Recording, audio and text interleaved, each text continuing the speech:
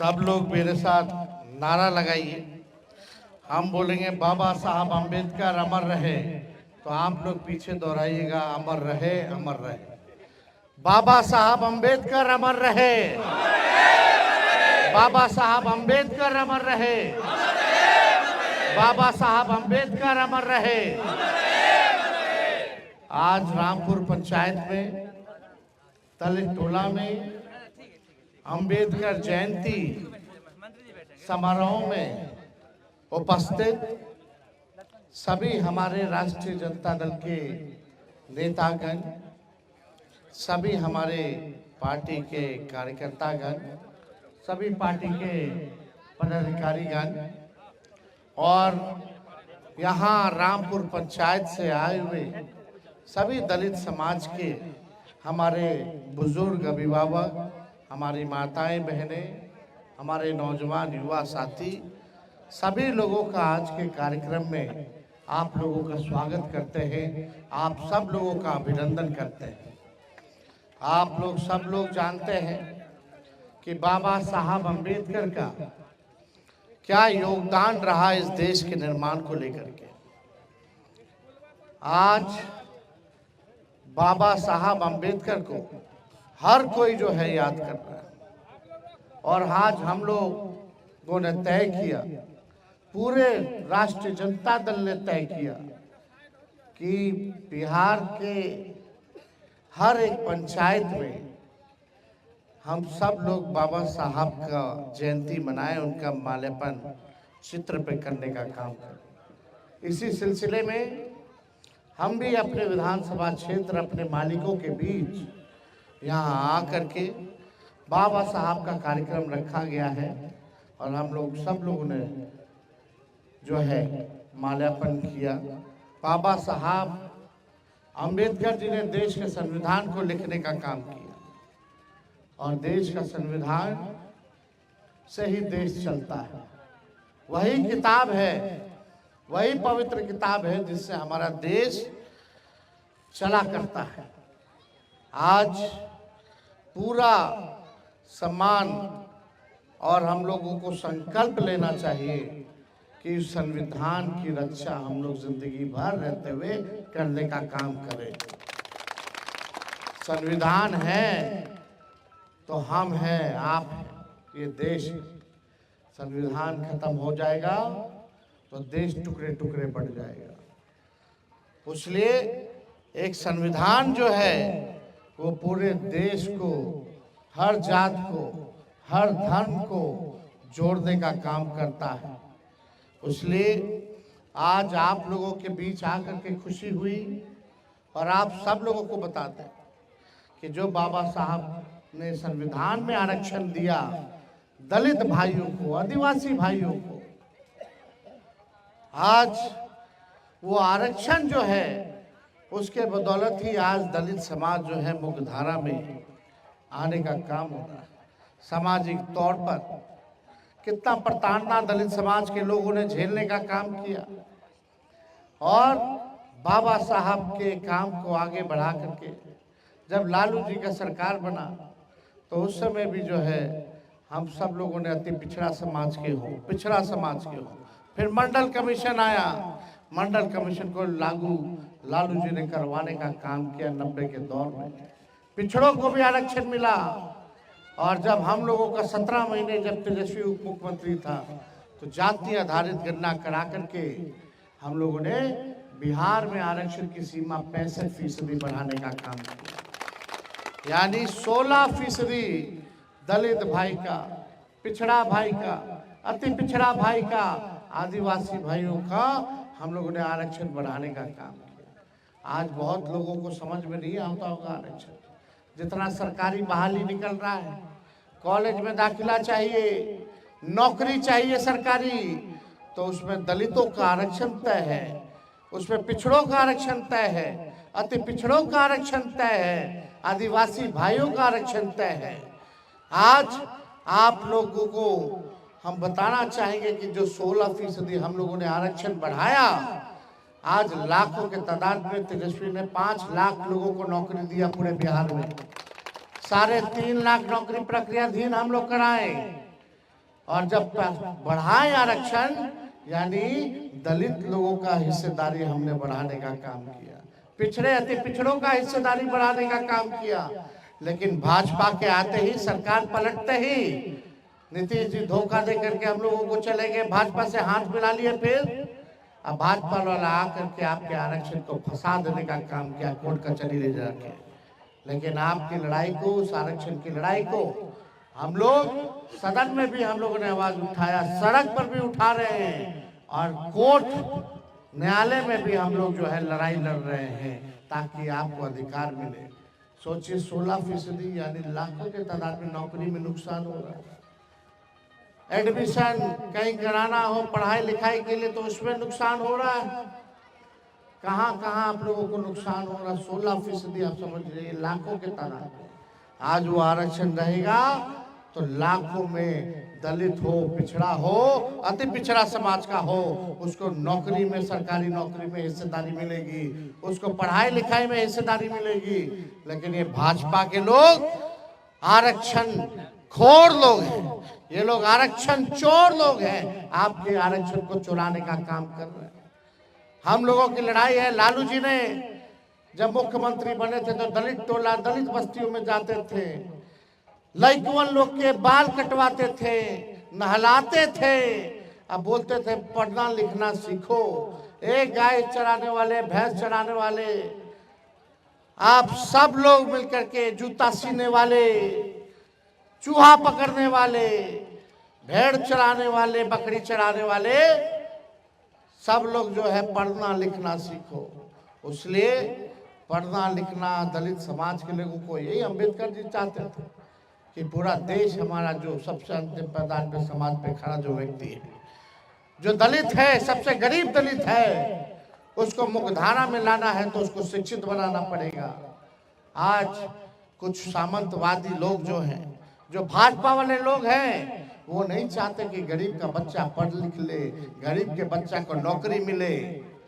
वो लोग गुलाम बना करके रखना चाहता है, आपसे मजदूरी कराना चाहता है और आपको आपका हक अधिकार नहीं देना चाहता है, छीनना चाहता है।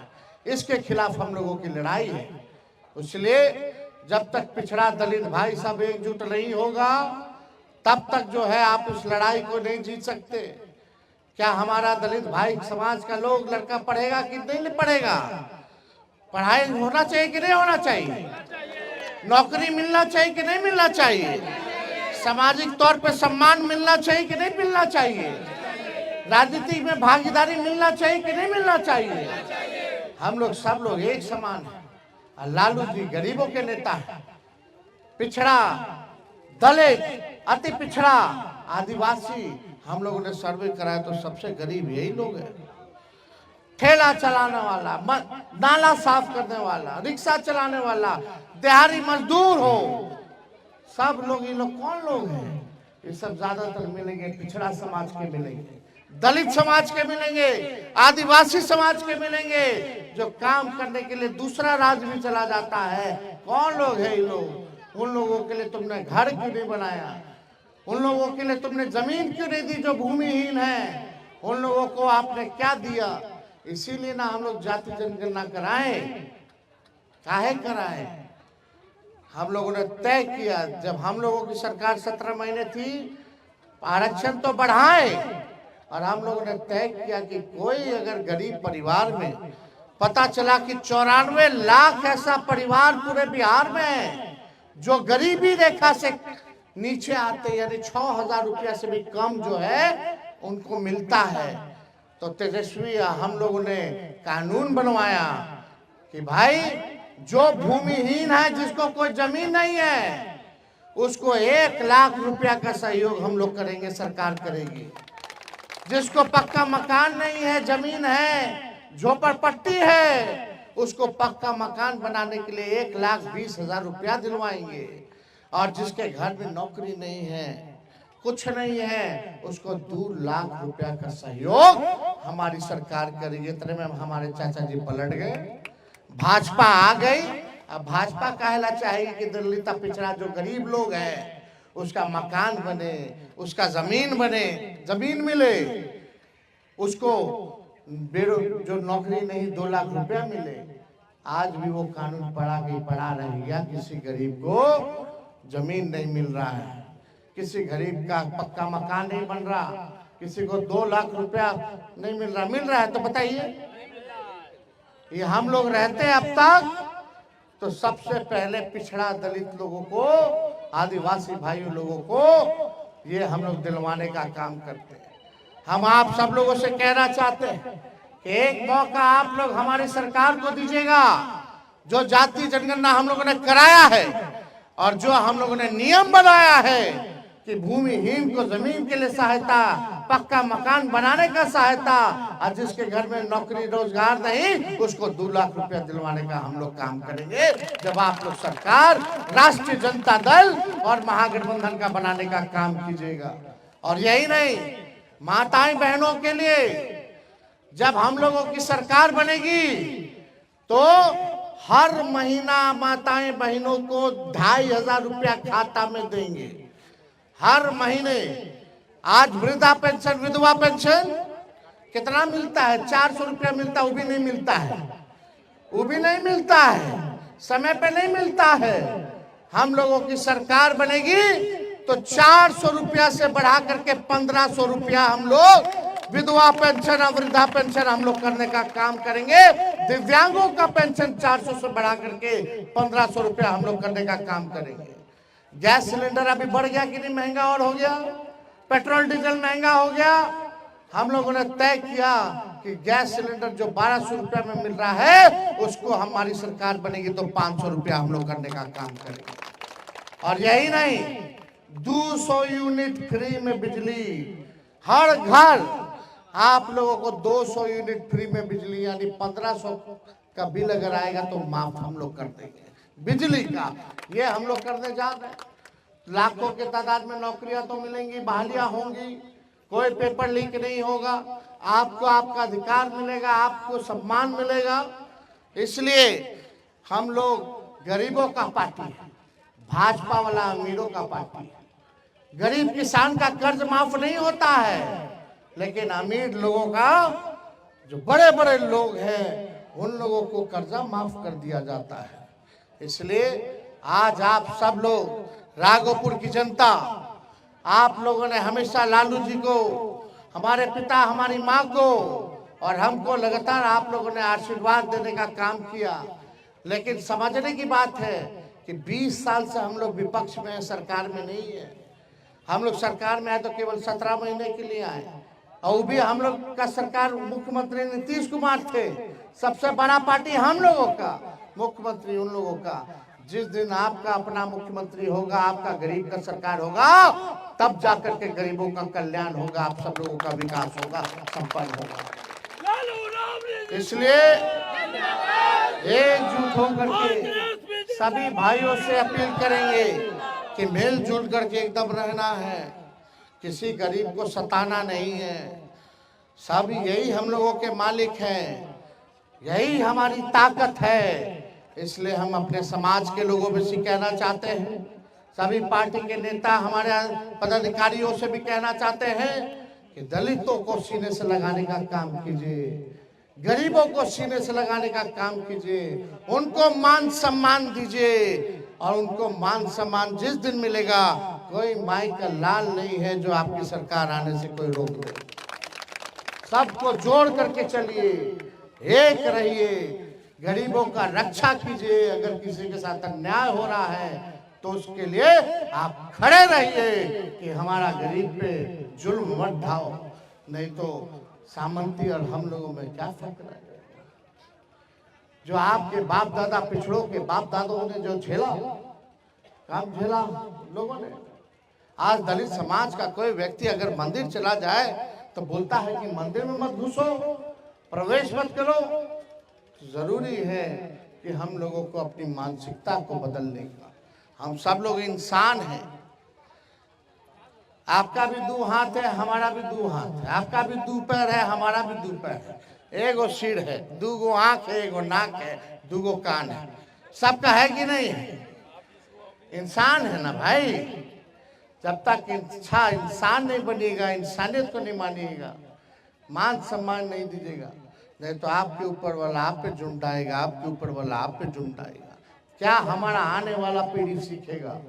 इसलिए बेहतर जिंदगी बनाना है, विकास चाहिए, सम्मान चाहिए, तो मिलजुल करके सब लोगों को साथ रहने की जरूरत है। तो इसलिए आप सब लोगों को हम फिर से बाबा साहब को आज के दिन आज ही के दिन हम लोग याद नहीं करते हैं। हम लोग जब तक जीते रहेंगे तब तक बाबा साहब को मान सम्मान और याद करते रहेंगे और संविधान की रक्षा करते रहेंगे। इन्हीं चंद शब्दों के साथ आप सब लोगों का स्वागत करके अपनी बात को विराम देते हैं। जय हिंद, जय बिहार, जय राष्ट्रीय जनता दल, जय भीम। बहुत बहुत